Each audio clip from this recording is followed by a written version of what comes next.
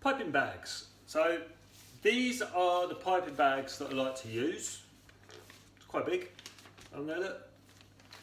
It's great for garnishing foods onto the plate. It's also great for pastry work. Come in a big roll like this. There's 100 on there. The piping bags, I got these from Amazon. Go on Amazon, go on there, next day delivery. So I'm just going to show you quickly just how I fill the piping bags. So, like so, I've got only a bit of carrot puree here that I'm going to demonstrate with. So the piping bag, got my hand in the piping bag, in my other hand, and I'm just pushing it around. Like so. So I have my hand inside the piping bag like a little blue fish kind of in it. Carrot puree into the fish. Oh god, into the fish. Carrot puree into the piping bag, and then you can get your spoon, get it in there. You can put it and with your hand. You can just pull the puree from the spoon when it's inside the bag. Maybe a bit of a get it in there, and then hold your hand around the spoon and pull the puree off, like so.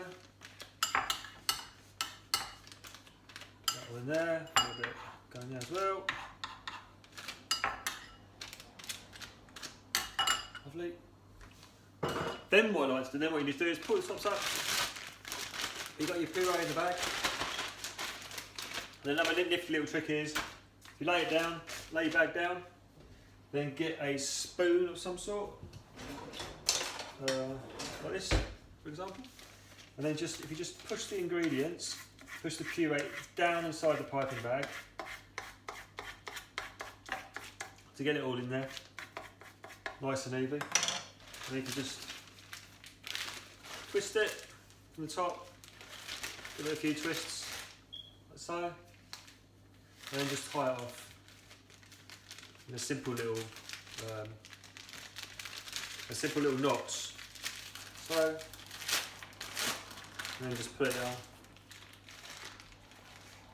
And then you've got the pot in there.